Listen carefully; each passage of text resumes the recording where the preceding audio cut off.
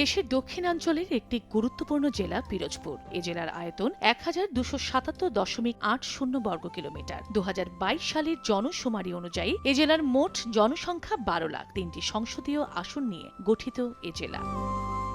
জাদুশিল্পী জুয়েলাইট, cricket bat, নাজিরপুরের ভাসমান বাজার কিংবা স্বরূপ কাঠের পেয়ারা বাগান, দেশের সবচেয়ে বড় কাঠের বাজার সবই পিরোজপুর জেলায় অবস্থিত। পিরোজপুরের ৩টি আসনের অন্যতম প্রধান সমস্যা অনুন্নত যোগাযোগ ব্যবস্থা। পিছিয়ে পড়া এ সংসদীয় আসনগুলোর যোগাযোগ ব্যবস্থার উন্নয়ন, টেকসই বেড়িবাঁধ, মাদক নির্মূল, সার্বিক নিরাপত্তা, স্বাস্থ্যসেবার মান উন্নয়ন ও কর্মসংস্থান সৃষ্টি নিশ্চিতের দাবি এ অঞ্চলের মানুষের দীর্ঘদিনের। আমাদের বলেশ্বর নদীটাকে খনন করে পূর্বের ন্যায় যেন নিয়ে আসা হয়, তাহলে আমরা সবাই উপকৃত হব। বাংলাদেশে যদি 64টা জেলা থাকে, তার মধ্যে 63তম হচ্ছে পিরোজপুর। উপজেলার সমানও উন্নয়ন এখানে হয়নি। পিরোজপুরের বেকারত্ব সহ সারা দেশের বেকারত্ব একটি বেকার ভাতা থাকা প্রয়োজন। জনগণের প্রতিনিধি হিসাবে আসবেন, তাকে স্বচ্ছ থাকতে হবে, তাকে দুর্নীতিমুক্ত হবে।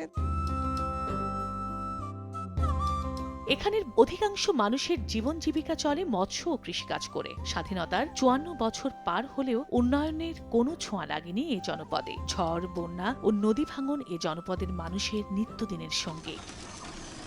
পিছিয়ে পড়া জেলা হিসেবে পিরোজপুরে একটি বিশেষ অর্থনৈতিক অঞ্চল চালু করা, গ্যাস লাইনের সংযোগ স্থাপন করার দাবি সাধারণ মানুষের। পিরোজপুর বিজ্ঞান ও প্রযুক্তি বিশ্ববিদ্যালয় প্রতিষ্ঠা হলেও চলে ভাড়া বাসায়। এখনো হয়নি স্থায়ী অবকাঠামো। এ জেলায় গড়ে ওঠেনি কোনো ভারী শিল্প কারখানা। কর্মসংস্থান না হওয়ায় বেকার থাকছে বিশাল জনগোষ্ঠী। পিরোজপুরের দৃষ্টিতে যে প্রকল্পগুলো রয়েছে, সেই প্রকল্পের দিকে আগামী নেতৃত্ব বিশেষভাবে নজর দেবে এবং তারা এর জন্য লড়াই চালাবে। রাষ্ট্রীয় নীতি নির্ধারণরা সে ঠিক করবেন যাতে সব জেলার উন্নয়ন সমতালে হয়। পিরোজপুরের ৩টি আসনে মোট ভোটার সংখ্যা ১০,২৯,২৩৯ জন।